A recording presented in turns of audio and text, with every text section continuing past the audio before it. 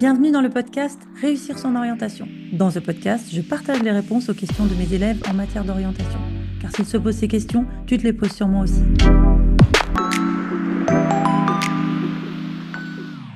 En ce moment, je travaille avec une jeune fille qui m'a dit qu'elle voulait devenir journaliste. Cette jeune fille, elle est en terminale, elle passe son bac et je reconnais que je ne suis pas forcément très certaine des conseils que je vais lui donner parce que ce n'est pas un métier avec lequel je suis très familière. Alors, pour pas lui dire de bêtises, j'ai contacté une journaliste avec laquelle j'avais travaillé l'année dernière pour l'écriture d'un article. Elle s'appelle Marion, elle travaille pour le magazine Challenge. Et je me suis dit que, elle pourrait sûrement m'aiguiller pour bien conseiller cette jeune fille en terminale. Alors, évidemment, je lui ai demandé de me parler d'abord de son métier, parce que je voulais être certaine que mon élève s'en faisait des bonnes idées. Mais surtout, je lui ai demandé de m'expliquer son parcours et le parcours des personnes avec qui elle travaille dans la rédaction, pour justement pouvoir conseiller cette jeune fille dans sa procédure Parcoursup. Alors, si toi aussi ce métier t'intéresse et que tu es en première ou en terminale, ben, écoute bien parce que Marion, elle va aussi nous donner pas mal de pistes, pas mal de conseils que tu peux mettre en place dès la première, dès la terminale, parce que, en fait, devenir journaliste, ça se prépare vraiment en amont. Et je pense que tu vas repartir de cet épisode avec des choses très concrètes que tu vas pouvoir mettre en place tout de suite. Voilà, bah écoute, je te laisse, je te retrouve juste après l'épisode pour te dire ce que j'en ai pensé. Et en attendant, je te souhaite une bonne écoute. Bonjour Marion, merci d'avoir accepté mon invitation. Comment vas-tu? Bonjour Corinne, merci pour l'invitation, je vais très bien. Alors, Marion, ça me fait plaisir de t'accueillir aujourd'hui parce que tu es journaliste et c'est un métier, en fait, qui intéresse souvent les jeunes que j'accompagne. Et je t'avoue que je ne suis pas toujours à l'aise pour les guider, surtout en post-bac. Donc, je suis ravie d'avoir ton point de vue. Peut-être que avant de commencer à parler du métier de journaliste, tu pourrais peut-être nous dire qui tu es et puis ben, voilà, nous en dire un peu plus sur ce que tu fais aujourd'hui. Très bien, avec plaisir. Alors moi je suis journaliste pour le magazine Challenge, qui est un hebdomadaire économique et politique, j'occupe le poste de chef de rubrique grandes écoles. Donc je m'attache à suivre principalement l'actualité des grandes écoles de commerce et d'ingénieurs, d'écrire des articles sur ces sujets-là et de copiloter les dossiers annuels qu'on a sur ces thématiques-là. Ok. Et oui, d'ailleurs, c'est comme ça qu'on a Qu'on fait s'est connaissance. connus. Exactement. Est-ce que, Marion, tu pourrais nous parler peut-être un petit peu, ben, on va peut-être commencer par ton travail et puis après on ira sur ton parcours, comme ça on va faire dans l'ordre. Donc, c'est quoi aujourd'hui ton travail en tant que journaliste? Qu'est-ce que tu fais? Alors, c'est très, très, très varié. Ma principale mission, c'est d'écrire des articles. Donc, ça consiste à interviewer tous les experts de mon secteur et aussi beaucoup de témoignages d'étudiants et de relayer les actualités du secteur, d'enquêter sur des sujets et aussi de gérer de A à Z des dossiers. Comme par exemple, là, je suis en plein dans la préparation de notre classement annuel des écoles de commerce qui sortira en décembre. Et donc là, c'est de cadrer les angles sur lesquels on va partir, de lancer les questionnaires pour les écoles de commerce qui vont y répondre, après de vérifier les informations, de partir sur tous les campus de France pour réaliser plein de reportages, aller à la rencontre des étudiants, des directeurs de programmes, même de certains recruteurs. Et donc, c'est très, très varié. Il n'y a pas une journée qui se ressemble et c'est très stimulant intellectuellement. Donc, si j'entends bien, tu as à la fois un travail de terrain où tu vas sur le terrain, soit physiquement, soit pas avec le téléphone, où tu vas vraiment chercher l'info. Puis après, tu as ce travail, une fois que tu as récupéré l'info, où tu dois la synthétiser et puis la rédiger pour qu'elle soit facile à comprendre, quoi. Tout à fait. Et après, j'ai aussi un rôle un peu de stratégie éditoriale, c'est-à-dire de repérer des tendances, alors, je ne gère pas des pigistes directement puisque j'ai une N+1 qui s'en charge, mais je m'occupe aussi de la relation avec tous les correspondants qu'on peut avoir sur ces sujets-là. Et donc, il y a tout un volet aussi aussi relation avec les services support qui sont enfin c'est plus que des services support, c'est des services très précieux chez nous qui sont la maquette, les secrétaires de rédaction qui relisent les articles, et qui les corrigent, qui les mettent bien en valeur et qui s'occupent des légendes, et puis de tout le service aussi icono qu'on appelle, enfin qui s'occupe de toute la partie photo dans notre journal qui est hyper centrale bah, pour attirer le lecteur et puis aussi apporter des informations autrement que par l'écrit. D'accord, donc en fait, tu travailles pas du tout toute seule. Ah, pas du tout. C'est un travail vraiment d'équipe. On a des réunions tous les jours avec toute la rédaction. Ça peut être aussi quand même un travail assez solitaire, puisque quand on doit écrire un article, on est tout seul derrière son ordinateur. En interview, on est régulièrement, enfin la plupart du temps, on est tout seul. Ça arrive de faire des interviews groupées, mais c'est quand même assez rare. Voilà, c'est à la fois du collectif et un travail assez seul. Voilà. Voilà, très solitaire. Ok, très bien. Donc, pour pouvoir arriver à faire ce métier, il faut avoir quand même des qualités humaines parce qu'il faut aller vers les gens. Tout à fait. Ouais, ça Euh, c'est sûr. c'est évident. Être très curieux aussi, parce que il faut pas hésiter à poser. Enfin, surtout quand on démarre sur un secteur, on connaît souvent pas grand-chose d'un point de vue technique. Alors nous, en plus, dans notre journal, on a beaucoup de rubricards, donc des gens qui traitent vraiment un secteur, par exemple celui de la défense, de l'automobile. Donc c'est des secteurs qui sont très techniques. Parfois, quand on démarre, on connaît rien et il va falloir poser, recommencer du départ, se documenter énormément, lire beaucoup d'ouvrages, de rapports, à rencontrer tous les experts du secteur pour qu'ils nous décryptent l'information. Donc, ça demande quand même une certaine curiosité. Et puis, il faut toujours se renouveler, en fait, puisque on doit toujours donner de nouvelles informations, de nouveaux angles d'attaque, et essayer d'être un peu créatif dans la manière dont on va transmettre l'information. Et ça suppose de lire tout le temps, partout, regarder les réseaux sociaux, regarder les documentaires à la télé, écouter des Ouais, podcasts. Enfin, il faut vraiment être une sorte de, enfin, être une vigie de tout ce qui se passe dans son secteur. Pour dénicher les tendances. Et chez nous, on a aussi une grande culture de l'exclusif et de confidentiel. Donc, c'est aussi être tout le temps sur le terrain, cultiver le rapport avec nos sources pour parvenir à sortir des informations qu'on ne voit pas ailleurs. d'accord. Donc, grosse capacité de travail. Le travail, il ne s'arrête pas à 17 heures quand tu rentres à la maison. Ah, pas du tout.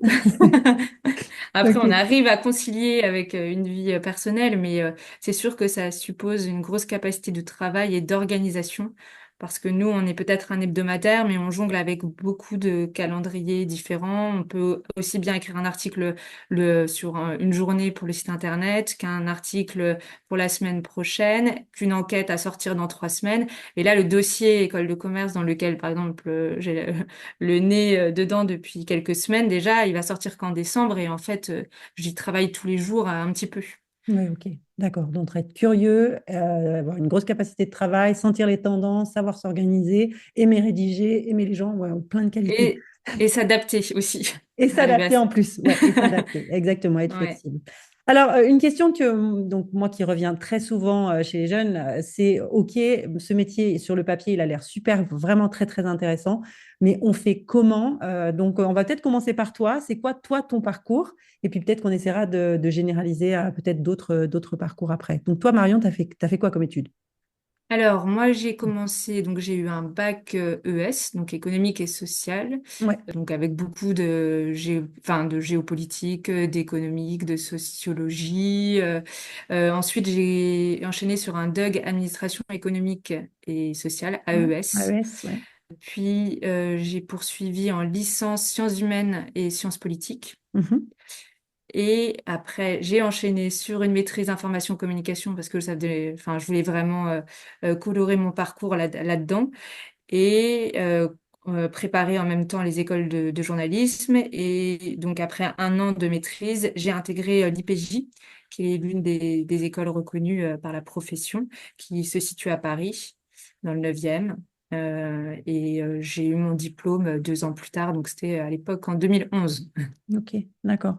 Donc, ce qui est intéressant, c'est que au départ, tu as fait un DUG, alors ça n'existe plus maintenant, mais Oui, voilà, un bac plus 2. un bac plus 2, mais maintenant, ça serait une licence, parce que maintenant, c'est la licence Voilà. LS, mais quelque chose de hyper général et qui te prédestinait pas tout à fait à des études de journalisme, en tous les cas, juste après le bac, quoi. Mm, totalement. Je voulais un parcours très pluridisciplinaire parce que j'avais pas forcément encore d'idées précises sur le domaine qui m'intéressait particulièrement. Et donc, je me suis orientée naturellement vers ça. J'aurais pu aller vers Sciences Po ou autre chose, mais je voulais rester vers ma famille qui était dans l'Est.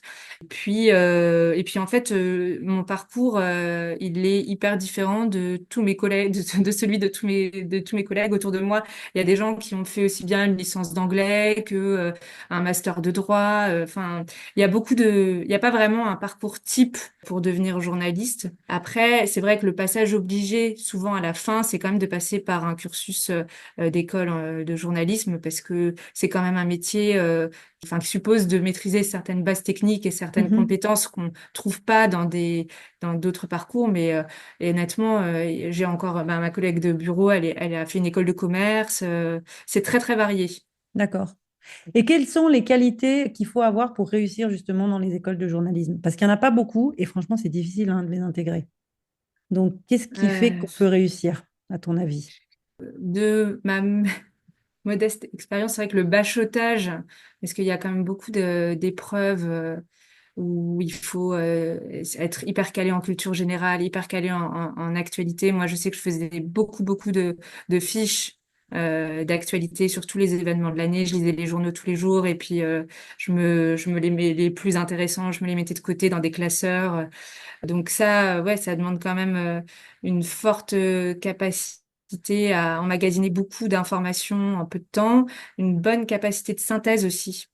C'est pas forcément ce qu'on encourage particulièrement en licence, Mm, enfin ou à la fac en tout cas. Souvent ils aiment bien quand on est très exhaustif et là il faut aller directement à l'essentiel et c'est ça qui est pas mal valorisé. Je sais que les langues c'est très important maintenant. À mon époque ça l'était un peu moins mais ça commençait à l'être déjà beaucoup. Et il faut vraiment pas négliger cet aspect-là parce que les épreuves sont quand même assez corsées. à l'écrit, Et à l'oral, dans les deux. oui. Écrit, Mm. oral, ouais. Ok. Et donc ça, c'est vraiment, en anglais en tout cas, c'est Ouais. vraiment un prérequis pour moi aujourd'hui indispensable. Et de toute façon, je le vois dans l'exercice de mes fonctions. Je suis très régulièrement amenée à mener des interviews en anglais, donc il faut, ou à lire des articles en anglais. On est dans une économie complètement mondialisée où voilà, il faut maîtriser cette langue. Et sinon, dans les autres prérequis, faire des stages, expérience. Je pense que même si c'est des stages d'observation, on pratique peu. C'est vraiment la clé pour pouvoir comprendre un peu la mécanique de l'information et de sa production. D'accord. Et donc, moi, j'avais enchaîné, je me souviens, les stages pendant tout mon cursus universitaire, alors qu'à la fac, à l'époque, alors je ne sais pas comment c'est aujourd'hui, mais à l'époque, on Mhm. nous encourageait pas du tout à faire de stages. Et toutes mes vacances scolaires, je les passais à faire des stages dans les locales du coin. J'ai fait de la PQR, je suis allée à France Alors, PQR, 3. donc, Pardon, presse voilà, quotidienne régional, ouais. régionale. Je suis allée à France 3 voilà, donc j'ai vraiment enchaîné les stages et je pense que ça a pu jouer C'est pour sûr. après. C'est sûr, c'est certain. Bah alors on en revient tout de suite. C'était la question que j'avais posée après, mais on va la poser maintenant. Si aujourd'hui on est lycéen ou futur étudiant, donc j'ai compris que finalement le parcours en soi, c'est pas si fondamental tant qu'on fait des études dans un domaine qui nous plaît, tout est possible. Il faut réussir les écoles de journalisme, mais alors donc pour pouvoir augmenter ses chances, mis à part travailler à fond son anglais et la matière qu'on étudie en licence, faire des stages. Donc ça c'est hyper hyper important, c'est ça? Oui, moi je pense que c'est vraiment important. Alors si on n'a pas l'opportunité de le faire, parce que ça peut arriver, hein, c'est quand même déjà, toutes les rédactions sont pas forcément ouvertes à ça ou disponibles Oui, parce que bien ça prend sûr. du temps. Mais à minima, essayer un peu de commencer à travailler son carnet d'adresses.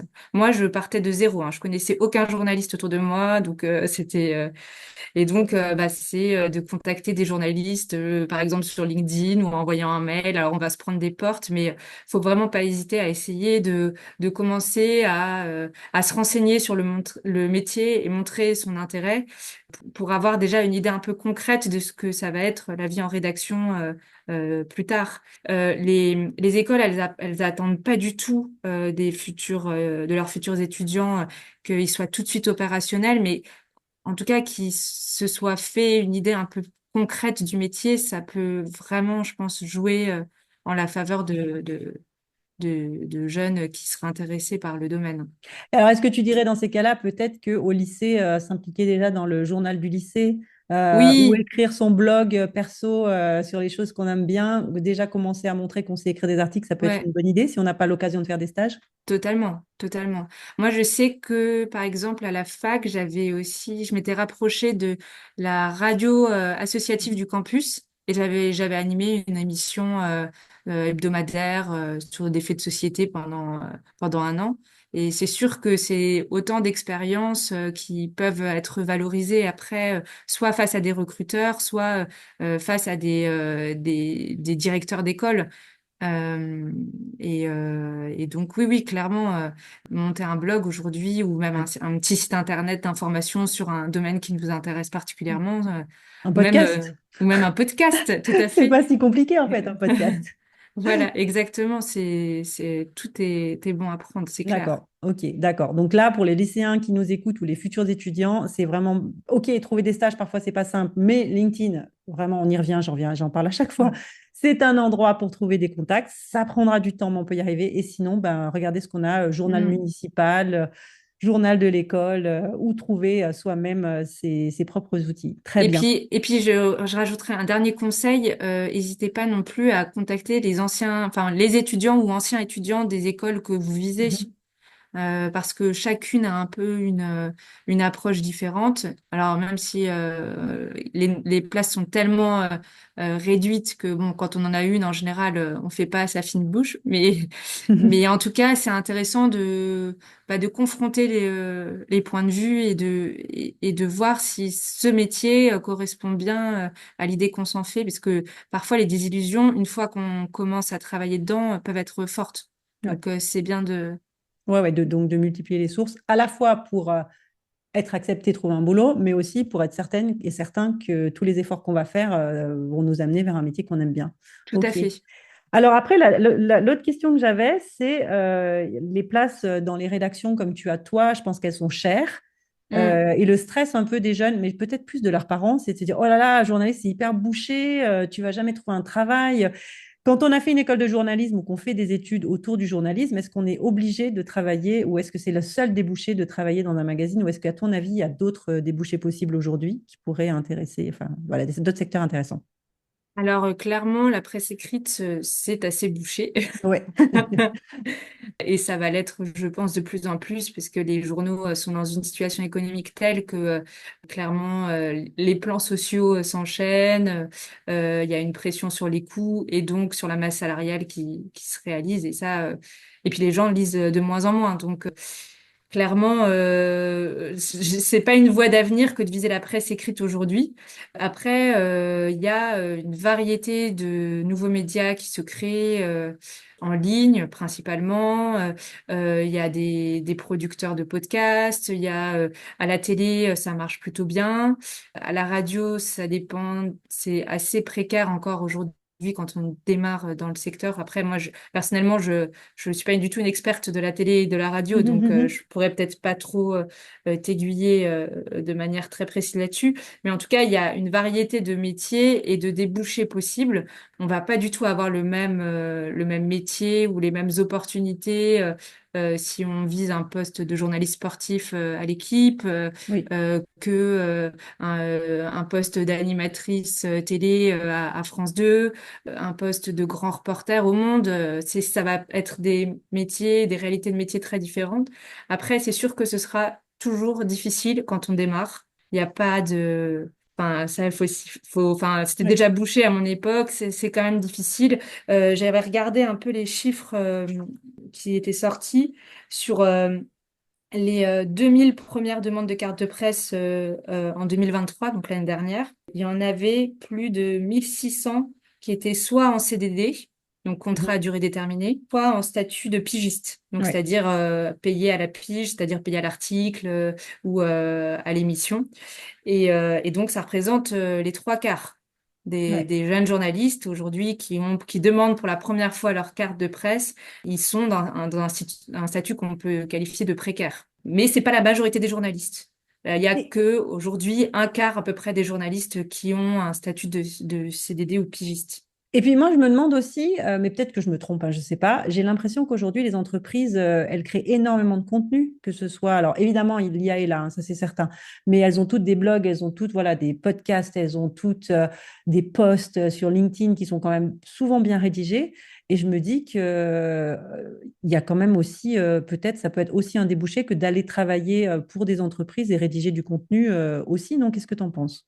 Oui, oui, tout à fait. Bah, de toute façon, les journalistes bifurquent très naturellement et fréquemment, on va dire, au cours de leur carrière, soit parce qu'ils ont envie de changer de voie, soit parce que certains sont un peu dégoûtés du métier, d'autres ont juste une autre passion et ils veulent l'exprimer, et d'autres recherchent autre chose. Et alors, la communication en entreprise, c'est un débouché assez naturel, puisqu'en fait, ça mobilise à peu près les mêmes compétences. Mhm, Sinon, il y a, genre, je connais beaucoup de gens qui se sont tournés vers la formation, mhm. qui sont devenus professeurs, d'autres qui se sont devenus avocats aussi. Non, non, il y a beaucoup de débouchés possibles et c'est vrai que oui, le plus facile, c'est de bifurquer dans la communication, que ce soit en agence ou chez l'annonceur, comme on dit, donc Oui, bien sûr. dans des grandes entreprises ou dans des petites entreprises Ou des d'ailleurs, collectivités locales, hein, ou des j'imagine. Il y a collectivités aussi aussi quand même locales. qui, Oui, oui. voilà. J'en connais plusieurs, ouais, Mhm. qui ont rejoint des ministères ou des mairies. Oui, c'est ça. Bon, pour conclure, Marion, est-ce que tu pourrais te remettre dans la peau de la lycéenne que tu étais? Quel est le conseil que tu aurais aimé qu'on te donne quand tu étais en terminale, justement, pour trouver ton orientation? Et quel conseil que tu donnerais, toi, aujourd'hui, à un jeune qui est en train de se poser des questions sur ce qu'il va pouvoir faire plus tard? Vaste sujet. Alors, bah, pour les conseils, je dirais, si vous avez vraiment envie de devenir journaliste, tout le monde, enfin, ne vous arrêtez pas aux conseils négatifs Oui, des gens tu n'y arriveras qui jamais, vous, c'est bouché. voilà, qui vous recommandent d'arrêter. Alors oui, ce n'est pas évident, ça peut être difficile, mais il vaut mieux persévérer, en tout cas essayer de se confronter à la réalité du terrain. Et si ça vous plaît vraiment et que ça révèle en vous certains talents, c'est sûr que une rédaction le remarquera et vous laissera votre chance, que ce soit par un CDD et puis de fil en aiguille par un CDI. Voilà, quand même aujourd'hui, les trois quarts des journalistes ont un métier qui est sécurisé, on va dire. Donc c'est possible, mais c'est sûr que ça prend du temps. Attends. Donc ça c'est le premier conseil. Et après, on en a déjà parlé, c'est de maximiser les expériences, Mhm. donc, d'essayer de faire des stages, de rencontrer des étudiants, de rencontrer des journalistes sur le terrain, et donc de pouvoir essayer un peu de se consolider une expérience. Si vous avez la chance de rejoindre une école de journalisme, moi, je recommande vivement l'apprentissage parce que c'est vraiment un moyen de ne pas avoir à payer ses frais de scolarité tout en se formant à la fois de manière théorique et pratique en entreprise, d'avoir une première expérience qui est hyper utile après pour s'insérer. Et puis, c'est vraiment super, c'est hyper intense. Moi, j'ai été apprentie, donc je sais que c'est pas toujours facile de concilier les deux, mais c'est vraiment une expérience très très utile. Et surtout si on vient d'un milieu qui n'est pas très favorisé, d'avoir un salaire à la fin du mois, ça change quand Non, même c'est pas mal sûr, la donne, c'est sûr. surtout quand on est en région parisienne, par exemple. Ouais. Et juste quand même, parce que c'est vrai que je t'ai pas posé la question tout à l'heure, si on fait pas une école de journaliste, tu crois que c'est quand même beaucoup plus compliqué, mais ou Oui, ouais, clairement. Je d'accord, pense ok, que. Alors après, je sais que les grands médias nationaux et même régionaux ne recrutent quasiment que dans d'accord, des écoles reconnues par la profession. Il faut faire très oui, attention à ça. ouais, Là, pour le coup, c'est tellement, c'est assez difficile quand même de s'insérer. Si on a une école qui n'est pas reconnue, c'est encore plus difficile. ok. Donc, s'il y en a 14 en France, répartis vraiment sur tout le territoire. Et donc, ça, ce serait un autre conseil, c'est de s'orienter vraiment vers une école reconnue, parce que c'est aussi une école par laquelle sont passés tous les anciens des rédactions. Et quand ils doivent recruter des jeunes, ils Mhm. vont sonner à la porte de ces écoles-là. Donc, D'accord. c'est aussi une manière d'accéder plus facilement aux offres d'emploi. Ok. Donc 14 écoles et puis c'est tout, quoi. Ouais, il y en a 14. Est-ce que tu veux que j'en cite certaines? Ouais, ou sinon, ce Pas que du tout. on fera peut-être, c'est que peut-être tu me les donnes et puis je les mettrai D'accord. Ok. dans le lien en dessous de l'épisode, puisque c'est pas plus facile de les lire que de les citer. Donc voilà. En tout cas, nous, je sais qu'à Challenge, on ne recrute que des jeunes issus de Non, mais c'est ces très bien. écoles-là. Je pense que c'est Donc, mieux d'être réaliste dès le début en se disant, voilà. Mais sinon, voilà, c'est possible aussi de faire de la communication en entreprise en faisant des écoles de communication. C'est juste un autre totalement. métier. Mais pour être journaliste, il faut y arriver. Et puis, maintenant, on sait comment il faut faire. Il faut choisir un secteur dans lequel on se passionne et puis faire un maximum de stages ou d'expériences, puis montrer qu'on aime ça. Donc, on a la recette, il n'y a plus qu'à. C'est super.